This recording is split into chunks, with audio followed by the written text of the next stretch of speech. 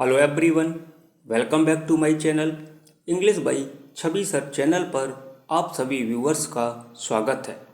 तो दोस्तों, आज मैं डिस्कस करने जा रहा हूँ MA first semester English literature के पेपर फोर्थ प्रोज से फ्रांसिस बेकन का लिखा हुआ एक ऐसे ऑफ ग्रेट प्लेस। तो आइए अब स्टार्ट करते हैं आज का critical appreciation. Give a critical appreciation of the essay of great place. यानी ये जो ऐसे है जिसका नाम ऑफ ग्रेट प्लेस है, इसे फ्रांसिस बेकन के द्वारा लिखा गया था। इसका क्रिटिकल एप्रिसिएशन डिस्कस करिए। So let's see the answer. और फर्स्ट हेडिंग है आपकी introduction. Like the other popular essays, यानी दूसरे प्रसिद्ध निबंधों के जैसे। दिस ऐसे ऑफ बेकन, बेकन का जो ये ऐसे है, इज फुल ऑफ, वो भरा हुआ है वर्ल्डली विजडम से, यानी सांसारिक ज्ञान से भरा हुआ है।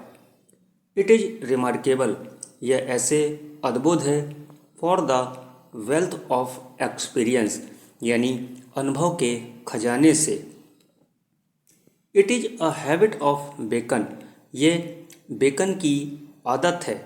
दैट की he first passes a general remark, वह सबसे पहले सामान्य बात करते हैं। एंड एक्सप्लेन्स इट, और इसका एक्सप्लेन करते हैं, यानी इसकी व्याख्या करते हैं। इन अ वेरियस एस्पेक्ट्स, यानी विभिन्न पहलुओं में। द होल डिस्कशन, ये जो पूरा डिस्कशन है, यानी ये जो पूरी वार्तालाप है, कैन बी डिवाइडेड, उसको बांटा जा सकता है इनटू 4 पार्ट्स, 4 भागों में बांटा जा सकता है। आइए वो चारों भाग देखते हैं कि किस भागों में उसको बांटा जा सकता है।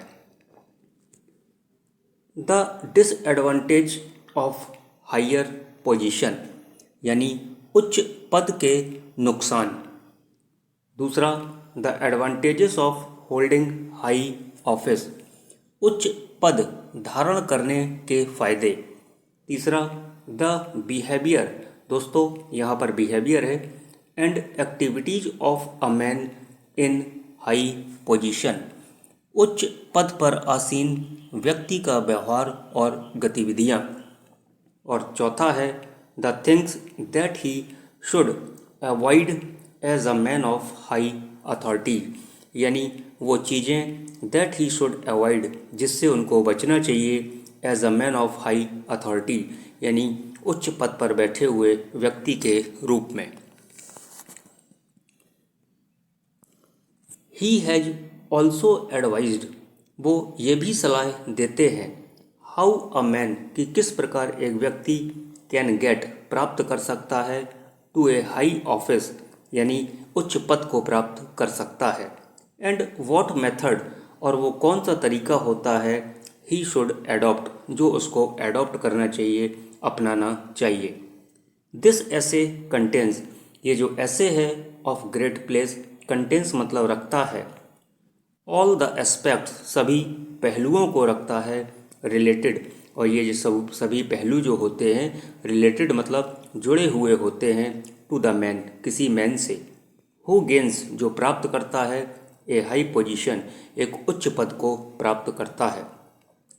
सो दिस ऐसे throws light on human nature, इसलिए ये जो ऐसे है throws light on human nature, यानी मानव के नेचर पर प्रकाश डालता है। हेडिंग नेक्स्ट है the moral tone. In this ऐसे, इस ऐसे में बेकन सीम्स टू स्पीक्स, बातें करते हुए प्रतीत होते हैं, फ्रॉम द कल्प्रिट, किसी कल्प्रिट से, अपराधी से।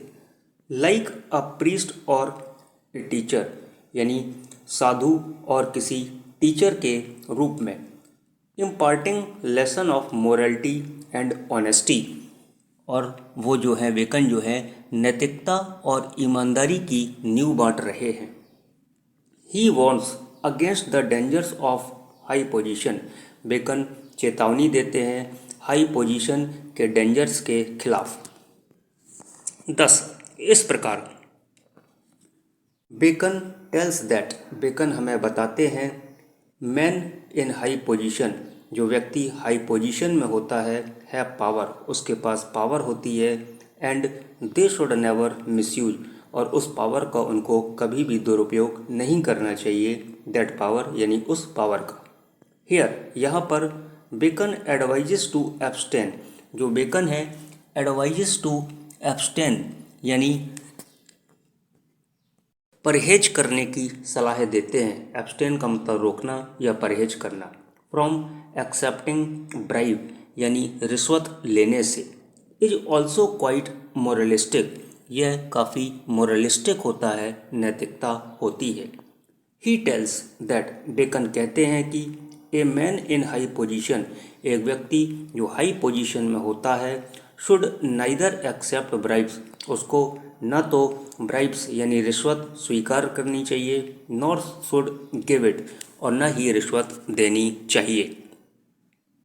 Heading number next, a worldly wise man.